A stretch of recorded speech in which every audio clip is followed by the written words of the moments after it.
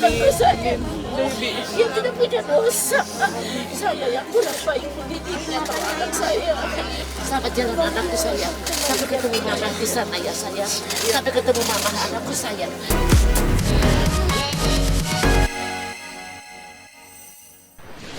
Selamat jalan anakku sayang. Ya Allah,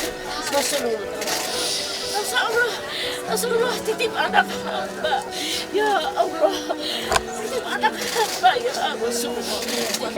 Sampai ketemu mama anakku sayang, ketemu sama mama, ketemu sama mama. Ya Allah.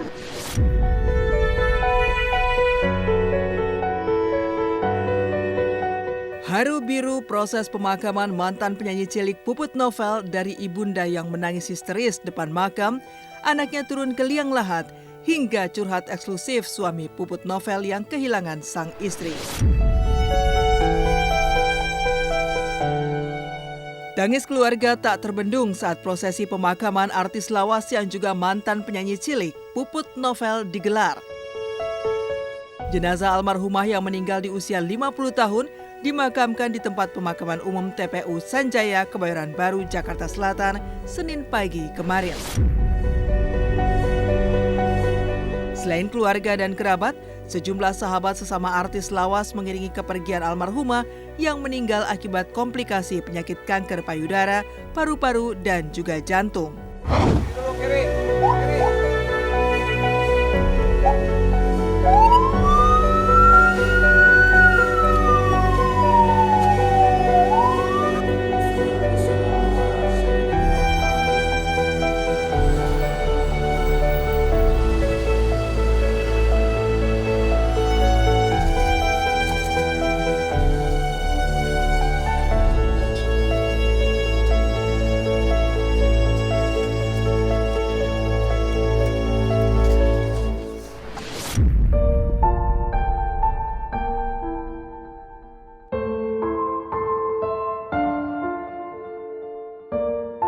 Detik-detik saat jenazah akan diturunkan ke liang lahat menjadi momen yang benar-benar menguras air mata.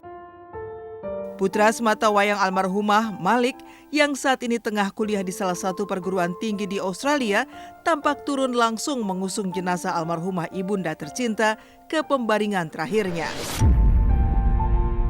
Meski terlihat berusaha tegar dan ikhlas, namun remaja berusia 19 tahun itu tidak bisa menutupi duka mendalam yang menderanya seiring kepergian selama-lamanya sang mama tercinta.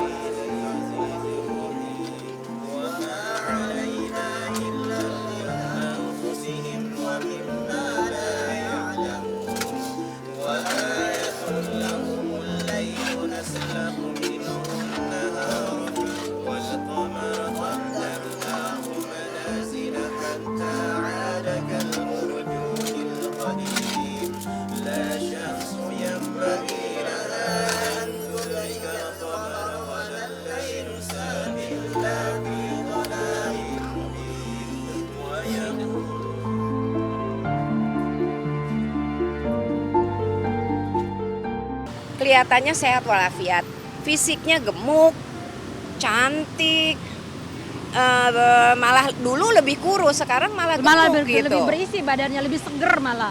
Jadi kita nggak tahu, nggak ada yang tahu, makanya kita kaget sakit. apa kecelakaan, apa ya kita iya. semalam bertanya-tanya.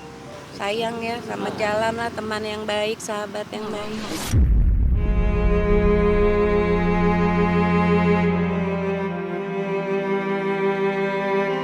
Kepergian Puput Novel juga benar-benar menyisakan duka mendalam buat sang ibunda Susi. Wanita berkacamata ini bahkan sampai menangis histeris usai jenazah almarhumah dimakamkan. Dalam tangisnya, Susi juga menitipkan jenazah sang putri tercinta, memohon ampunan dosa serta bersaksi jika selama hidupnya almarhumah adalah orang baik yang tidak pernah mau menyakiti orang lain. Ya Allah, anakku sayang, cintaku, buah hatiku, malaikat selamat jalan anakku sayang. Ya Allah, Rasulullah titip anak hamba. Ya Allah, titip anak hamba ya Rasulullah. Titip, ya Allah. Ya Allah, ya Rabbi, ampuni dosanya. Ampuni dosanya. Anak hamba, ampuni dosanya. Dosa dia adalah dosanya hamba, bukan dosanya. Dia tidak punya dosa. Saya yang kurang baik mendidiknya anak saya. Sampai jalan anakku sayang. Sampai ketemu mama di sana ya sayang. Sampai ketemu mama anakku sayang. Anakku sayang, buah hatiku Atos bisus, atos bisus.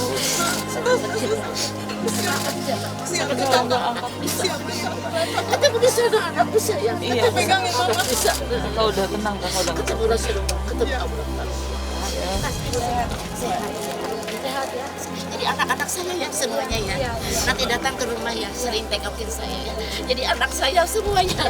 Oh, ya Allah, ya Allah, ya Allah, ya Allah. Terima kasih. Terima kasih jalan. Terima kasih. Dia tidak mau nyakitin hati Kakinya puput. Dia rela menderita untuk orang lain. Dia selalu menjaga. Apa tinggal.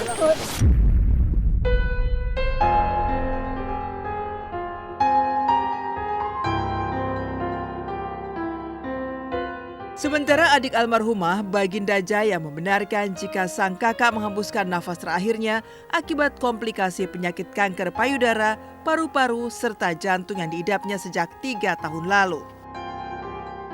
Namun sayang, Baginda Jaya enggan berbagi cerita lebih jauh terkait kehidupan rumah tangga sang kakak bersama keluarga kecilnya. Semua berlangsung lancar, dimakamkan juga dengan mudah. Makam juga tersedia dengan cepat.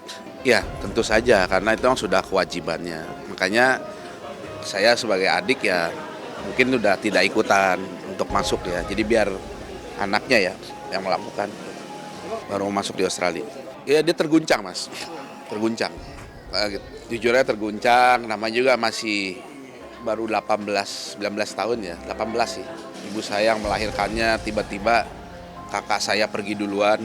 Ya tentu shock ya, orang tua mana yang tidak sedih. Tentu suaminya sayang beliau ya terpukul lah. Ya ada, kemonya ada. Dari kemo tersebut kelamaan yaitu ada cairan di paru-parunya. Sakitnya ya memang kanker payudara mas. Seperti yang beliau agak sudah menyerah gitu.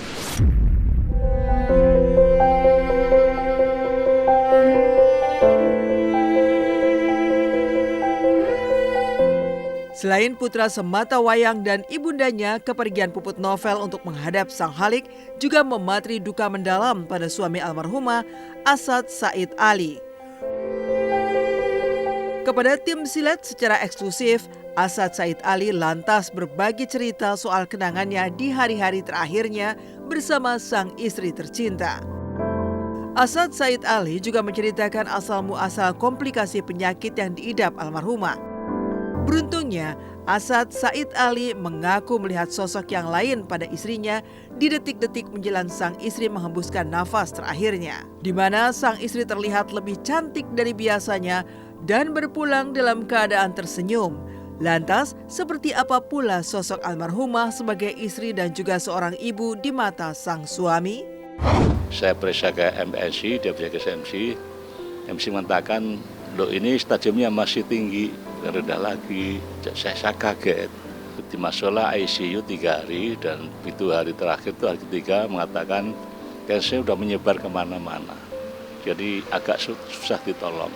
Oh enggak ada dia, hanya kata tengok itu ya senyum itu aja dan udah ikhlas dia kelihatannya itu.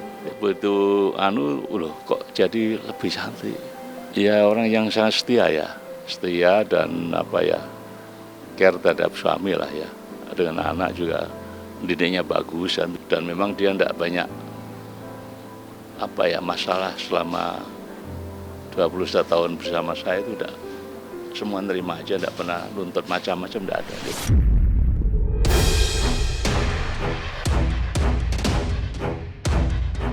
Teka-teki tewasnya Pak Sutri lansia di Cipondoh, ada 5 tusukan di jasad istri dan tinggalkan surat wasiat. Meninggalkan duka keluarga Puput Novel, di saat yang bersamaan jagat maya juga dihebohkan dengan meninggalnya pasangan lansia, warga kompleks perumahan Green Lake Cipondoh, Tangerang. Tewasnya pasangan suami istri berinisial BK yang berusia 70 tahun dan RB yang berusia 60 tahun itu masih menjadi misteri. Lantaran tidak ada satupun saksi yang mengetahui awal mula tewasnya kedua korban. Sementara dari hasil otopsi menunjukkan adanya banyak luka tusuk pada tubuh kedua pasutri lansia tersebut, di mana menurut berita yang beredar, pada tubuh sang istri RB ditemukan 51 tusukan, sementara pada tubuh sang suami BK ditemukan 9 luka tusukan. Sedangkan waktu kematian diduga kuat RB tewas terlebih dahulu dengan perbedaan waktu sekitar 1 hari dari kematian sang suami. Meski demikian, untuk memastikan penyebab pasti dari kematian kedua korban, polisi masih menunggu hasil lengkap otopsi dan juga laboratorium forensik. Tapi sungguh berbeda, benarkah polisi menyebut hanya 5 tusukan untuk suami dan 2 tusukan untuk istri?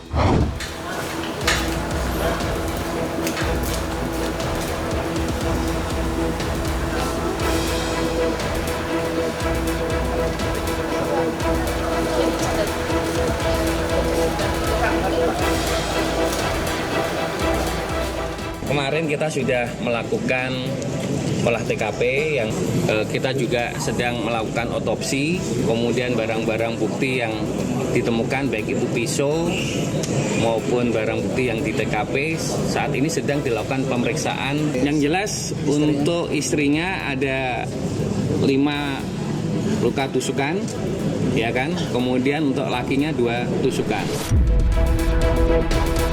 Harus jadi lebih perhatian ya, apapun alasannya miris kalau sampai endingnya harus jatuh korban.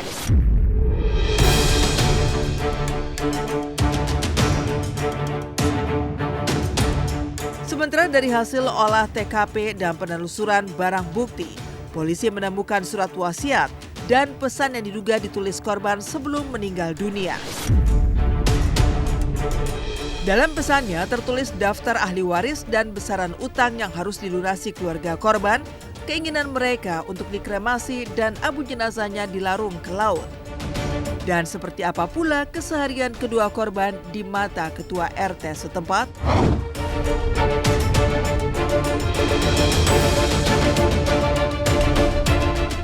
Pada saat melakukan olah TKP kita juga menemukan sebuah buku ya. Di situ